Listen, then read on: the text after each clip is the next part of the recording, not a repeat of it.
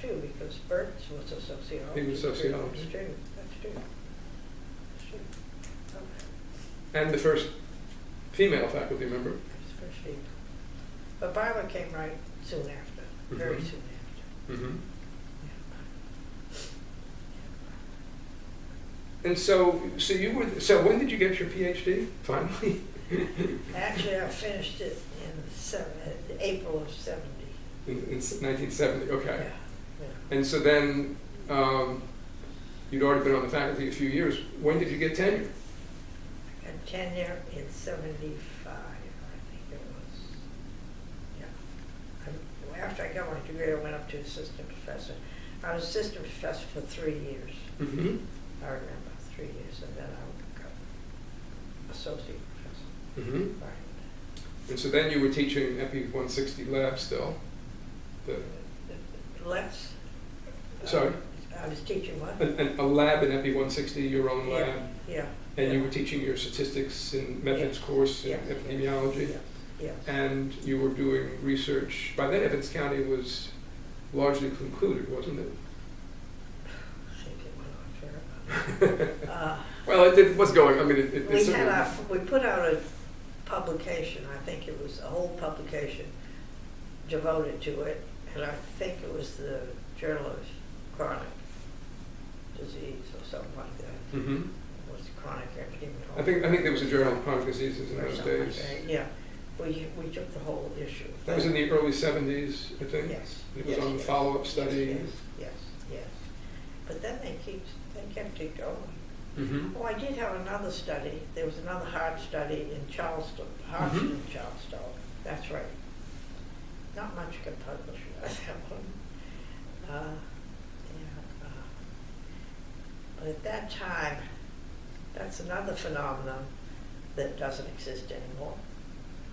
And that was just about every just about every school, I should say, Department of Epidemiology and a School of Public Health had a major focus.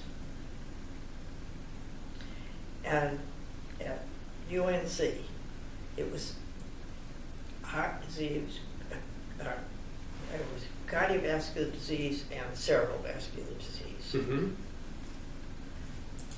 Hopkins was cancer.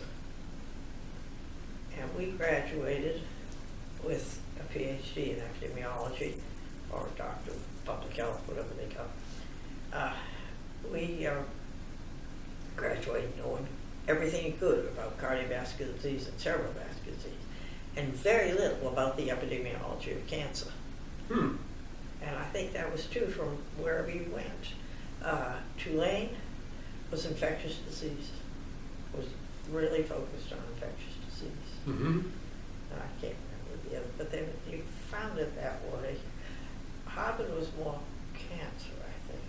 I think Brian McMahon was chair, and I think he was far more in cancer. Yeah.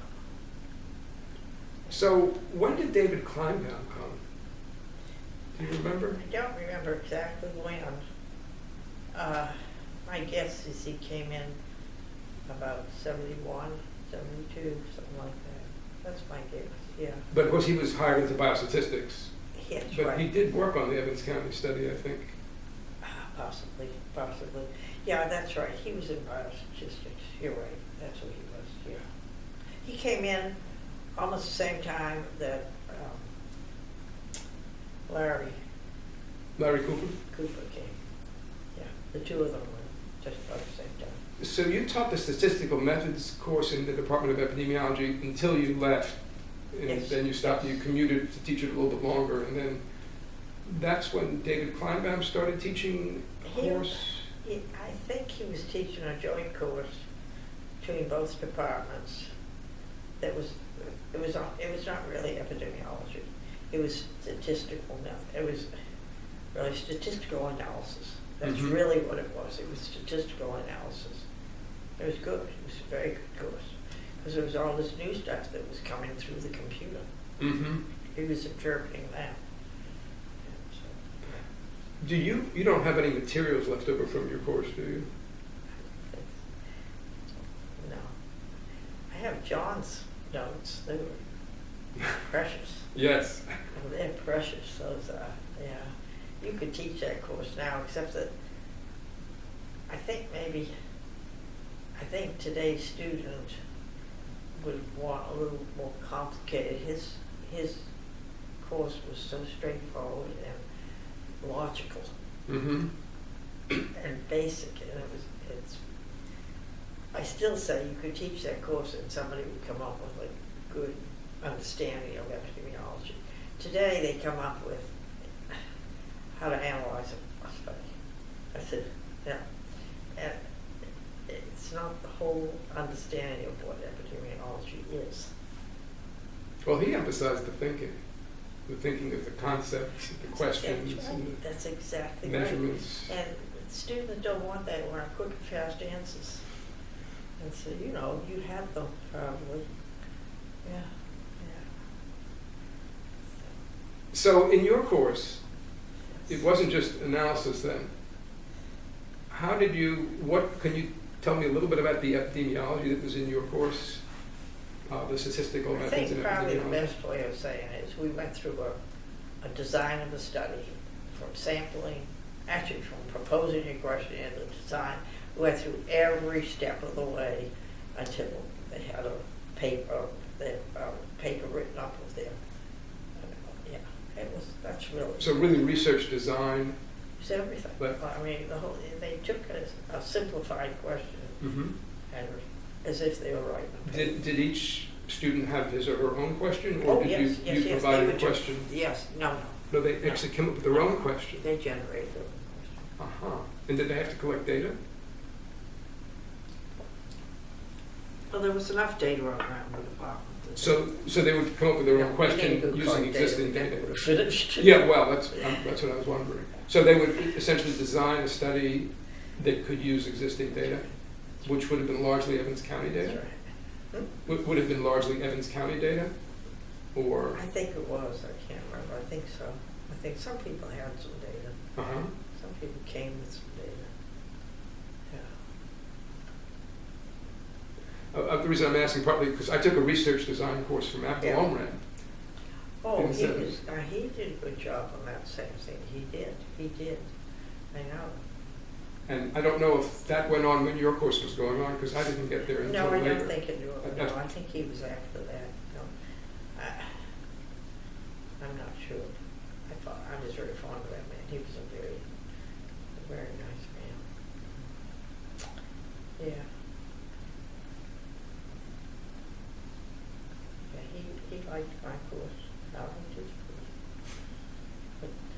Now, you didn't take his course, did you, when you were a doctoral student?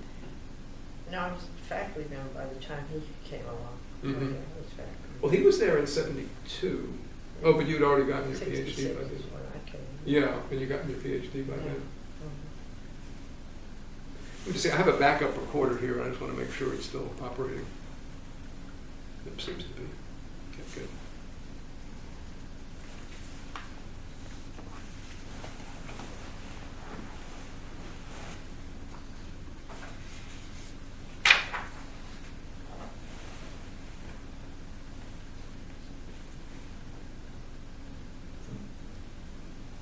So, in '76, you went up to Washington. Is that Right, right? that's right. And what did you do there besides being Oh. married and having a house? And Oh, I worked. I was fortunate when just about the time I knew I was getting married, I got a call from a former student who was an associate director of the National Center for Health Statistics. And she said, I've got a job opening. Do you know of anybody who might want it? And I said, yes. Anyway, but I tell you, the National Center for Health Statistics did not lend itself to somebody from epidemiology research. No, they were strictly a numbers place. And organized numbers the way they had done for the 50 years and published them. And it wasn't until probably after I left there, then Jack Feldman, who was a brilliant physician. No, he wasn't. He was a statistician, epidemiologist. And he came down from Harvard and chaired a department they created called analysis. But I had already left. I was only at NCHS. I was only 18 months, something like that. Because then epidemiologists from the new National Institute for Aging asked if I'd have lunch with him.